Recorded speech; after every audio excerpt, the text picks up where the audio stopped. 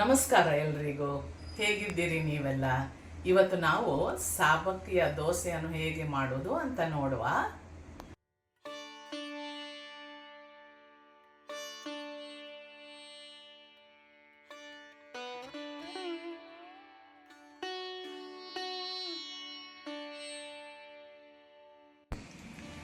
ಸಾಬಕ್ಕಿಯ ದೋಸೆ ಮಾಡಲಿಕ್ಕೆ ನಾನು 250 ml ಕಪ್ಪಿನಲ್ಲಿ 1 ಕಪ್ಪಿನಷ್ಟು ದೋಸೆಯ ಅಕ್ಕಿಯನ್ನು ತಗೊಂಡಿದ್ದೇನೆ.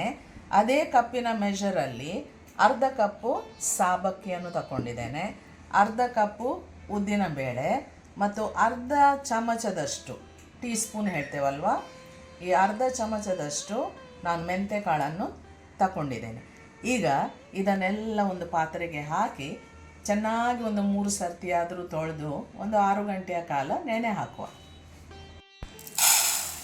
1 ಕಪ್ಪು ಅಕ್ಕಿ, ಅರ್ಧ ಕಪ್ಪು ಸಾಬಕ್ಕಿ, ಅರ್ಧ ಕಪ್ಪು ಉದ್ದಿನಬೇಳೆ, ಇದು ಅರ್ಧ ಚಮಚ ಮೆಂತೆಕಾಳು.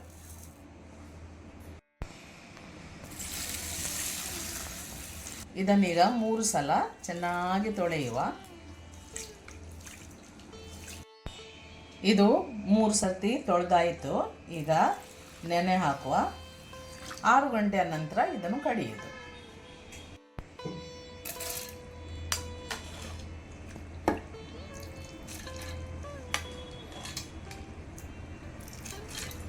ಕಡಿಯುವಾಗ ರುಚಿಗೆ ಬೇಕಾದಷ್ಟು ಉಪ್ಪನ್ನು ಸಹ ಸೇರಿಸುವ.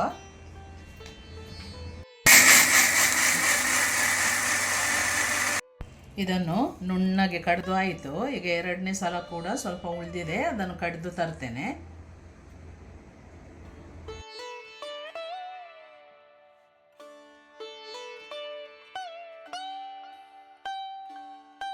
ಈ ಬಂದ ಸ್ವಲ್ಪ ದಪ್ಪ ಇದೆ, ಅದಕ್ಕಾಗಿ ಈ ಮಿಕ್ಸಿ ತೊಳೆದ ನೀರನ್ನು ಸ್ವಲ್ಪ ಹಾಕಿ ಹದ ಮಾಡುವ.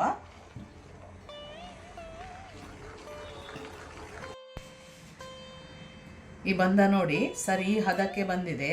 ಇದನ್ನು ಮುಚ್ಚಿ ಈಗ ಉಬ್ಲಿಕ್ಕೆ ಅಂತ ಒಂದು 8 ಗಂಟೆಯ ಕಾಲ ನಾವು ಹಾಗೆಯೇ ಬಿಡಬೇಕು.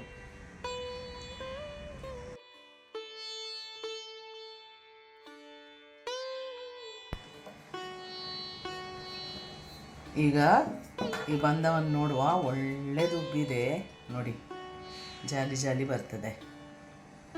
ದೋಸೆ ಮಾಡಲಿಕ್ಕೆ ಸ್ಟಾರ್ಟ್ ಮಾಡುವ. ಕಾವಲಿಯನ್ನು ಚೆನ್ನಾಗಿ ಬಿಸಿ ಮಾಡಿ ಒಂದು ದೊಡ್ಡ ಸೌಟಿನಲ್ಲಿ ಹಿಟ್ಟನ್ನು ತೆಗೆದುಕೊಳ್ಳುವ.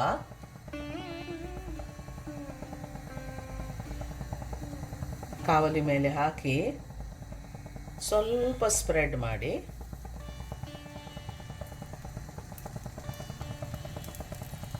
ಅದಕ್ಕೆ ಕಣ್ಣು ಬರಲಿಕ್ಕೆ ಸ್ಟಾರ್ಟ್ ಆಗ್ತದೆ. ಆಗ ನೀವು ಅದನ್ನು ಮುಚ್ಚಿಡಬೇಕು.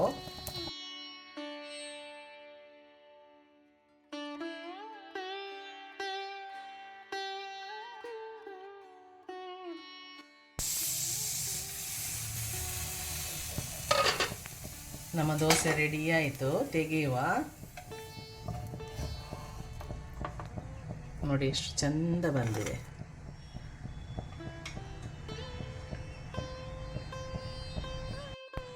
ಇನ್ನೊಂದು ದೋಸೆ ಕೂಡ ಮಾಡುವ.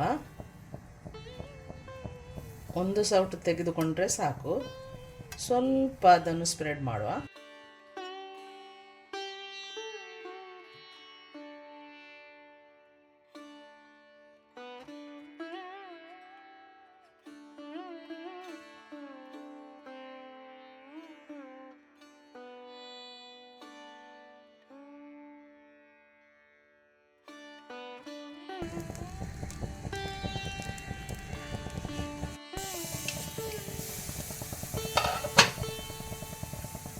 ಇನ್ನೊಂದು ದೋಸೆ ಕೂಡ ರೆಡಿ ಆಯಿತು.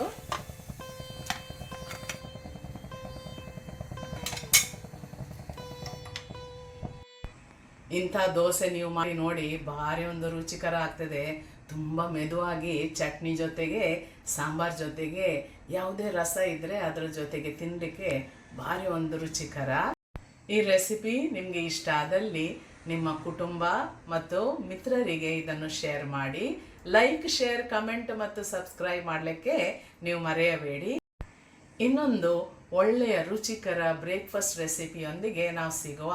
ಅಷ್ಟರವರೆಗೆ ನಿಮಗೆಲ್ಲರಿಗೂ ಧನ್ಯವಾದಗಳು. Take care. ಬೈ ಬಾಯ್.